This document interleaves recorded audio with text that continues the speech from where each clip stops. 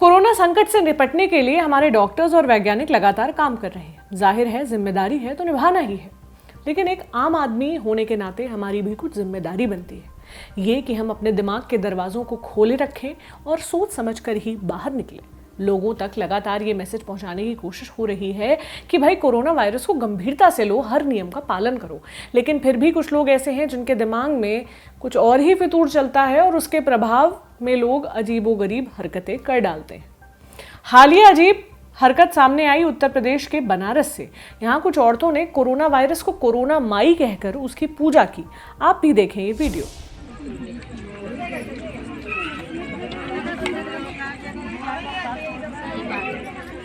अब यहाँ का देखा कैसे लोग बताओ।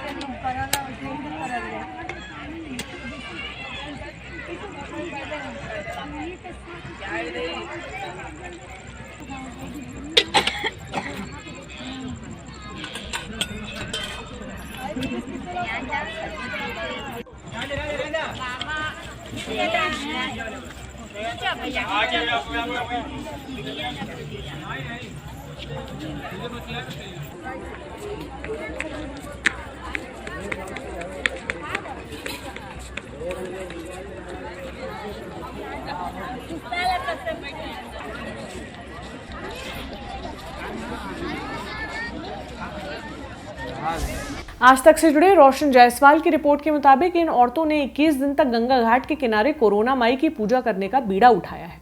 उनका मानना है कि ये एक दैवीय आपदा है। ये औरतें पूजा के वक्त ना तो मास्क लगाती हैं, ना सोशल डिस्टेंसिंग के नियम का पालन करती हैं। वैज्ञानिक तर्कों को तो इन्होंने जैसे आमरस में घोलकर गटक लिया है। खैर, ये थी आज की कोविड कथा। अब बढ़ते हैं बड़ी खबर की तरफ। कुछ दिन पहले भोपाल से एक खबर आई थी। एक प्रेग्नेंट महिला कोरोना संक्रमित हो गई थी। प्रेगनेंसी का 8वां महीना चल रहा था। परिवार वालों ने अस्पताल में उसे भर्ती कराया था, जिसके 2-3 दिन बाद महिला की सिजेरियन डिलीवरी हुई। एक बेटी पैदा हुई, लेकिन डिलीवरी के बाद मां की मौत हो गई। बच्ची प्रीमेच्योर थी, इसलिए अस्पताल में उसे ऑब्जर्वेशन में रखना पड़ा। उसे मां के दूध की जरूरत थी। परिवार के एक सदस्य ने सोशल मीडिया पर पोस्ट डाला। करीब 26 औरतों ने बच्ची को ब्रेस्ट फीड कराने की पेशकश कर दी और कुछ ही समय के अंदर बच्ची के लिए पर्याप्त दूध की व्यवस्था हो गई। इस तरह के कई सारे मामले पिछले कुछ महीनों में हमारे सामने आ चुके हैं, जहां मां ने कोरोना से जूझते हुए दम तोड़ दिया और फिर मां के दूध के लिए बच्चा तरसता रहा। ऐसे बच्चों के परिवार के सामने फिर 2 ऑप्शन होते हैं। पहला फॉर्मूला मिल्क, दूसरा मिल्क बैंक से अरेंज किया हुआ मिल्क। आज की बड़ी खबर में इन्हीं 2 ऑप्शंस को हम डिटेल में एक्सप्लोर करेंगे। जानेंगे कि बच्चों को कब फॉर्मूला मिल्क देना चाहिए और कब मिल्क बैंक वाला मिल्क। नमस्ते, मेरा नाम प्रतीक्षा है और आप देख रहे हैं दी ऑर्डिनरी शो। कई सारी ऐसी रिपोर्ट्स आ चुकी हैं जिससे ये पता चला है कि कोरोना की मौजूदा लहर प्रेग्नेंट औरतों के लिए बहुत घातक है। अब ऐसा क्यों है, ये हम ऑलरेडी आपको एक शो में बता चुके हैं। अगर आप उसे देखना चाहते हैं तो लिंक आपको डिस्क्रिप्शन में मिल जाएगा। खैर, लौटते हैं मुद्दे पर। हमारे पास एग्जैक्ट आंकड़े तो नहीं है, लेकिन ऐसी खबरें लगातार हमें मिल रही हैं जिसमें हमें पता चल रहा है कि कोरोना संक्रमण की वजह से प्रेग्नेंट औरतें क्रिटिकल स्टेज में पहुंच रही हैं। कई केस में औरतें बच जा रही हैं, तो कई केसेस में कई दिनों तक वेंटिलेटर पर रह रही हैं, तो किसी में उन्हें बचाना ही नामुमकिन हो जा रहा है। ऐसे में कुछ मामलों में कोविड संक्रमित प्रेग्नेंट औरतें और उनके गर्भ में पल रहे बच्चे को बचाने के लिए प्रीमेच्योर सिजेरियन डिलीवरी करवानी पड़ रही है। डिलीवरी के बाद मां की हालत ऐसी नहीं होती कि वो बच्चे को फीड करा सके। इस सिचुएशन में ज्यादातर परिवार वाले मिल्क बैंक का सहारा ले रहे हैं, लेकिन मौजूदा समय में ह्यूमन मिल्क बैंक के ऊपर भी प्रेशर काफी ज्यादा बढ़ रहा है। कैसा प्रेशर बढ़ रहा है, ये जानने से पहले जान लीजिए कि ह्यूमन मिल्क बैंक आखिर होता क्या है। नाम में ही इसका काम छुपा है। ह्यूमन यानी इंसान, मिल्क बैंक यानी मिल्क को रखने वाली जगह, माने ऐसी जगह जहां पर स्तनपान करा रही महिलाओं के दूध को इकट्ठा करके रखा जाता है। इस बैंक में स्तनपान करा रही औरतें अपनी इच्छा से मिल्क डोनेट कर सकती हैं, जिसे प्रिजर्व करके रखा जाता है और फिर अस्पतालों में जरूरत के हिसाब से इसे सप्लाई किया जाता है।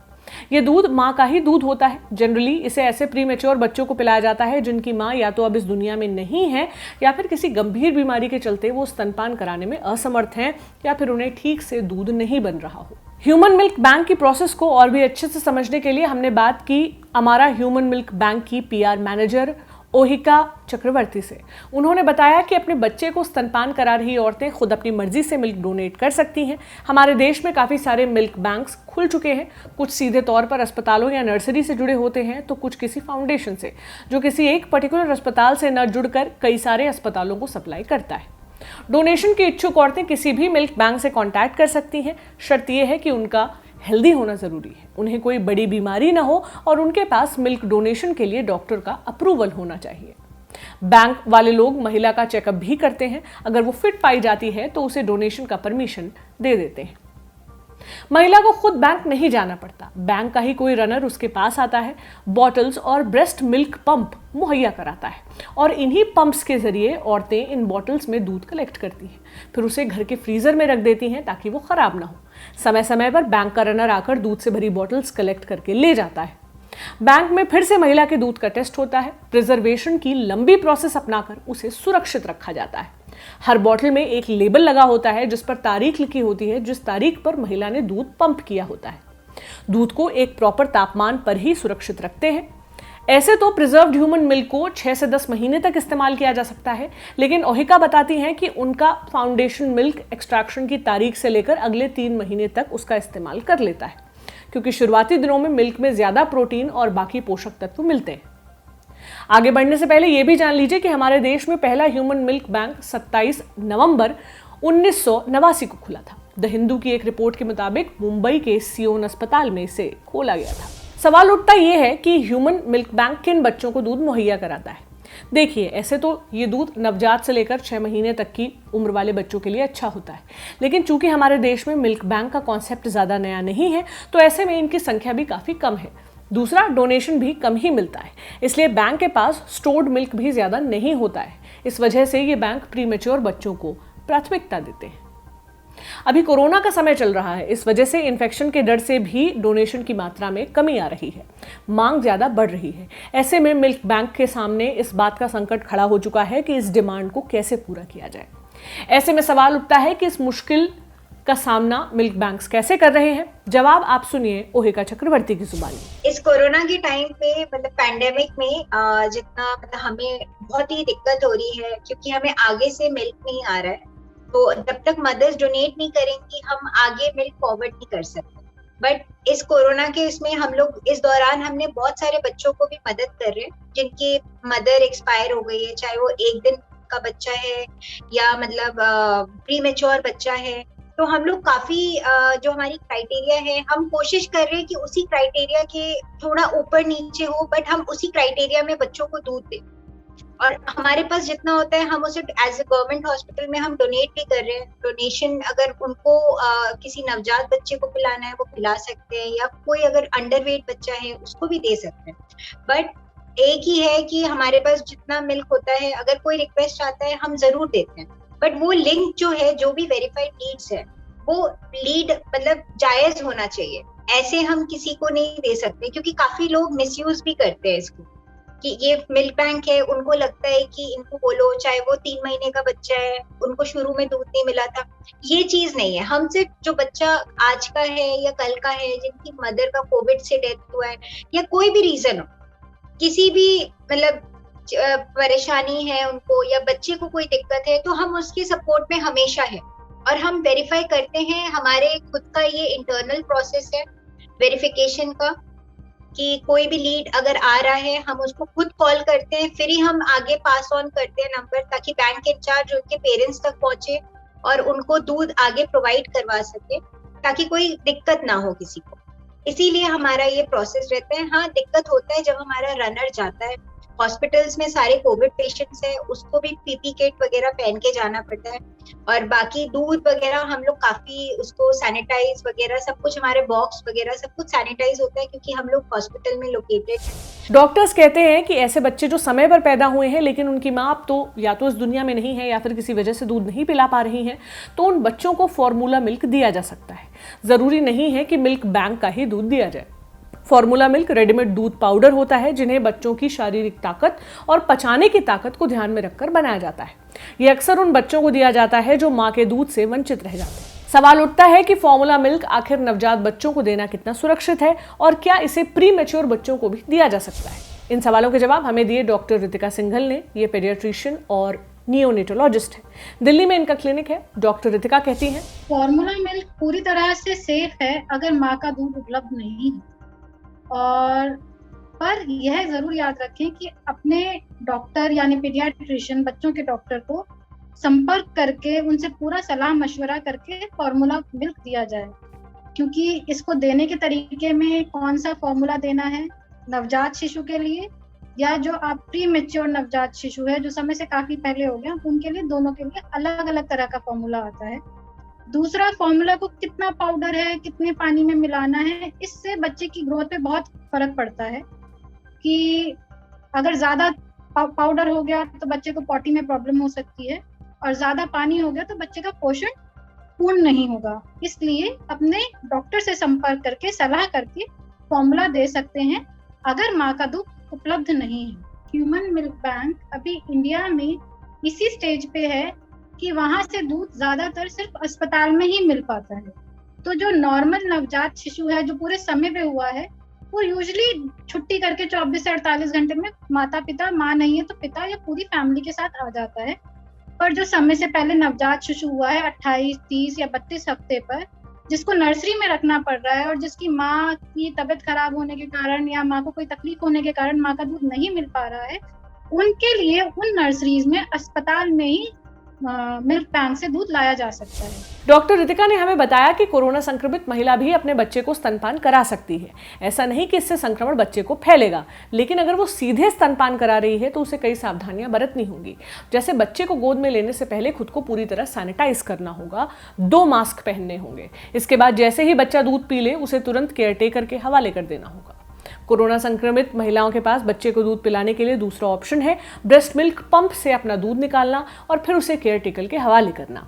इससे बच्चे को अपनी मां का दूध भी मिल जाएगा और संक्रमण का खतरा और भी कम हो जाएगा। मां ने कोरोना काल में पैदा होने वाले बच्चों के सामने दूध को लेकर जो ऑप्शंस हैं वो हैं, एक फॉर्मूला मिल्क, दूसरा मिल्क बैंक वाला मिल्क। ये उन मामलों के लिए है जहां बच्चों की मां अब इस दुनिया में नहीं है या फिर इस कोरोना के चलते क्रिटिकल कंडीशन में है, और अगर संक्रमित होने के बाद भी उठने बैठने की कंडीशन में है तो भी वो बच्चे को दूध पिला सकती है। बात प्रीमेच्योर बच्चों की हो तो उनके लिए सबसे सही ऑप्शन मिल्क बैंक का मिल्क है या फिर डॉक्टर्स की सलाह पर, सिर्फ डॉक्टर्स की सलाह पर ही फॉर्मूला मिल्क। यहाँ खत्म होती है आज की बड़ी खबर। हम उम्मीद करते हैं कि ये जानकारी नई नई माओं के काम जरूर आएगी। अब बताते हैं आपको कि दिन की सुर्खियां क्या है। पहली सुर्खी आई है मध्य प्रदेश के इंदौर से। यहां कोरोना के चलते आइसोलेटेड रह रही एक महिला गैंगरेप का शिकार हुई है। नवभारत टाइम्स की एक रिपोर्ट के मुताबिक 2 दिन पहले महिला अपने घर पर अकेली थी, तभी 3 आदमी उसके घर पर घुसे, 50,000 रुपए चुराए और महिला का रेप किया, फिर फरार हो गए। घटना के अगली सुबह पुलिस को इस मामले की जानकारी मिली। महिला का मेडिकल कराकर उनके बयान के आधार पर 3 अज्ञात लोगों के खिलाफ केस दर्ज कराया गया। इलाके का सीसीटीवी फुटेज खंगालने के बाद 2 आरोपियों को गिरफ्तार कर लिया गया। अगली सुर्खी आई है दानापुर आर्मी स्कूल से। यहां एक शिक्षिका की मौत के बाद ससुराल वालों पर दहेज प्रताड़ना के आरोप लगाए गए हैं। दरअसल स्कूल की एक शिक्षिका का शव उसके ससुराल में पंखे से लटका हुआ मिला था। शुरुआती जांच में मामला कथित सुसाइड का कहा गया, लेकिन टीचर के पिता का कहना है कि मामला सुसाइड का नहीं है, बल्कि महिला की सास, ससुर और ननद दहेज के लिए उनकी बेटी को परेशान करते थे। पिता का कहना है कि उनकी बेटी ने सुसाइड नहीं किया है, बल्कि उसके पति ने गला घोंटकर उनकी हत्या की है और मामले को सुसाइड बताने की कोशिश कर रहे हैं। सोशल मीडिया पर लोग लगातार न्याय की मांग कर रहे हैं।